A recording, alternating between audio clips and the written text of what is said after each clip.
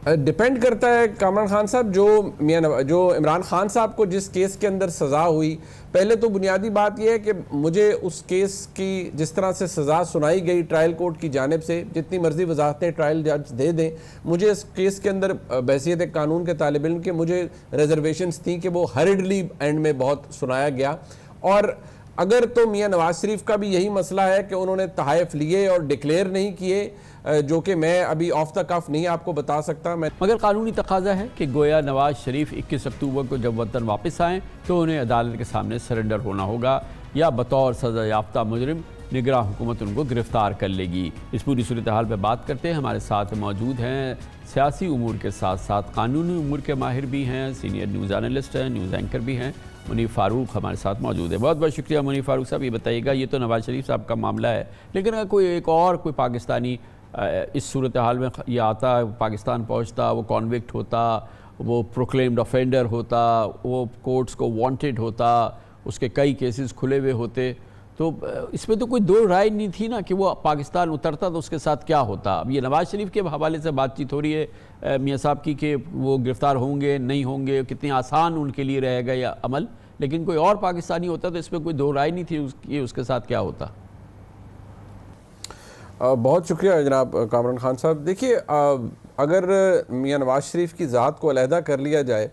तो दो बातें तो बड़ी क्लियर हैं कि जो शख्स अदालत से, अगर मैं ये कानूनी बात कर रहा हूँ, कि जो शख्स अदालत से मफरूर हो, अदालत को वांटेड हो, एब्सकॉन्ड कर रहा हो कानूनी ज़बान में, तो ऐसी सूरत में एक और तो ऐसे शख्स की बेशक और कॉन्विक्ट भी हो,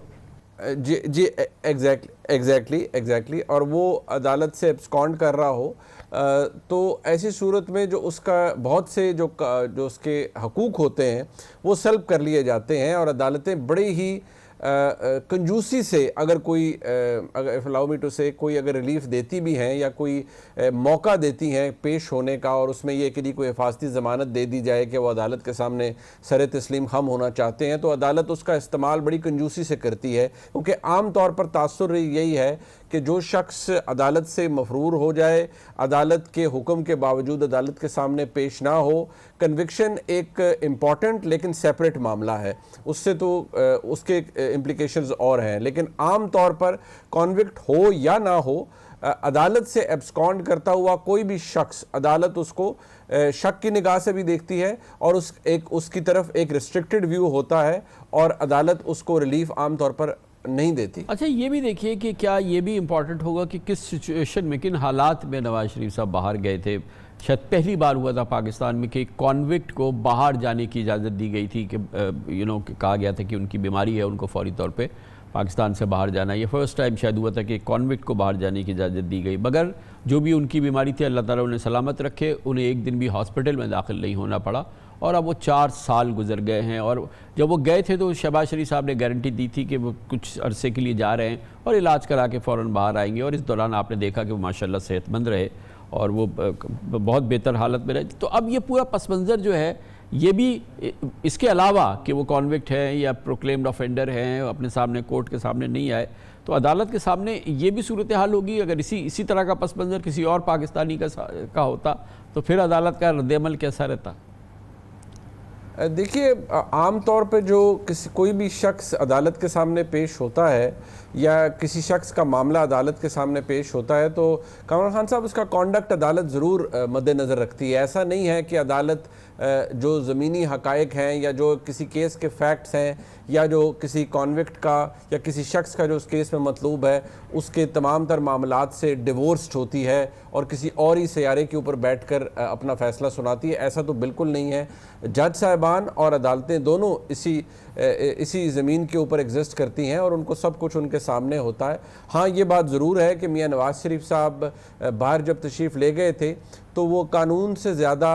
एक अरेंजमेंट था जो कि उस वक्त की इस्टेब्लिशमेंट के साथ जनाब मियाँ नवाज शरीफ साहब का हुआ और उनको फिर बाहर जाने दिया। ज़ाहिरी बात है उसके पीछे जो एक बैकग्राउंड है वो मुझसे आप कहीं ज़्यादा बेहतर जानते हैं कि कुछ चीज़ें जो गलत हुई होती हैं फिर उनकी तस्दीक करते हुए या कुछ चीज़ों को अंडू करते हुए कानून को तो महज एक लाठी के तौर पर या एक बैसाखी के तौर पर इस्तेमाल किया जाता है, और जो मुक़्तदर हल्के होते हैं वो फिर अपनी मनमर्जी भी करते हैं और करते भी हैं, लेकिन मुख्तलिफ हल्के फिर चाहे तो फिर तो नवाज शरीफ साहब की आने में उतरने में किसी किस्म की कोई रुकावट नहीं होगी ना, उसमें तो कोई किसी किस्म की झिझक नहीं होगी, वो तो फिर ही विल वॉक फ्रीली, कोई मसला ही नहीं होगा। यकीनी तौर पर मुश्किल होती है कामरान खान साहब, लेकिन अपील का जो एक बुनियादी कॉन्सेप्ट है वो तो फिर कोई शख्स बेशक मियां नवाज शरीफ एब्सकॉन्ड भी कर रहे हैं, लेकिन जब वापस तशरीफ़ लाएंगे तो अदालत ने जो आखिरी फ़ैसला दिया था कि उनकी सज़ा बहाल है, उनकी कन्विक्शन बहाल है, लेकिन वो जब अदालत के सामने पेश होंगे तो नए सिरे से उनको अपील का हक होगा और उनकी अपील मेरिट पर अच्छा, ये तो वो हो गया जिसमें सज़ा हो गई है। मुनीब साहब ये बताइए कि एक और बहुत अहम मामला है तोशा खाना केस, जो कि बिल्कुल दोबारा खुल के पूरी आबोताब से सामने आ चुका है, और फिर डेवलपमेंट है कि इस दौरान तोशा खाना केस में साबिक वज़ीर आज़म इमरान खान को सज़ा हो चुकी है। वही ग्राउंड्स, वही कैफियत, वही non declaration of asset and gifts और सज़ा हो चुकी है। इसमें नवाज शरीफ साहब के लिए कितनी बड़ी मुसीबत इंतज़ार कर रही है? यकीनी तौर पर कामरान खान साहब, अब जो इस वक्त नैब का कानून है वो फ्रॉम दी आउटसेट जिस तरह से था, जितना ड्रेकोनियन था सिंस इट्स एग्जिस्टेंस, तो वो उस शेप में दोबारा बहाल है। लिहाजा उस कानून का इस्तेमाल करने वाले जानते हैं कि उस कानून का इस्तेमाल किस तरह से किया जाता है। तो अगर तो किसी की मर्जी मंशा है तो फिर तो बड़ा आसान होगा उस केस के अंदर किसी को गिरफ्तार करना, किसी को तहवील में रखना, किसी के ऊपर रेफरेंस बनाना। ये तो बहुत आसान काम है, बिल्कुल मुश्किल नहीं है, और उसके अंदर तो मवाद भी ऐसा मौजूद है जो मियां नवाज शरीफ साहब के लिए मसाइल पैदा कर सकता है। लेकिन इस वक्त हमें, बल्कि मैं समझता हूँ कि इस वक्त नहीं, ये एक बदकिस्मत एलिमेंट है कि शायद हमें हर वक्त जो हालात होते हैं मुल्क के मारूजी हालात, उनको जहन में रख के ही बहुत से फैसलों का अंदाज़ा हो जाता है कि उन फैसलों पर उन केसेस पे पेशरफ्त कैसे होगी, उन केसेस का नतीजा क्या निकलेगा। तो तोशा खाना केस में तो वही मेरिट है, वही एविडेंस है, वही बैकग्राउंड है, वही तमाम माहौल है। कैसे हो सकता है कि एक वज़ीर आज़म को उन्हीं ग्राउंड्स पे सज़ा हो जाए, दूसरे को हम छोड़ दें? डिपेंड करता है कामरान खान साहब, जो इमरान खान साहब को जिस केस के अंदर सज़ा हुई, पहले तो बुनियादी बात यह है कि मुझे उस केस की जिस तरह से सज़ा सुनाई गई ट्रायल कोर्ट की जानिब से, जितनी मर्जी वजाहतें ट्रायल जज दे दें, मुझे इस केस के अंदर बहसीत कानून के तालिब इल्म के मुझे रिजर्वेशंस थी कि वो हरिडली एंड में बहुत सुनाया गया। और अगर तो मियां नवाज शरीफ का भी यही मसला है कि उन्होंने तहाइफ लिए और डिक्लेयर नहीं किए, जो कि मैं अभी ऑफ द कफ नहीं आपको बता सकता, मैंने उनकी स्टेटमेंट्स या ऐसे ही है, जो उनके वैसे ऐसे ही है, देखे नहीं इलेक्शन कमीशन के सामने।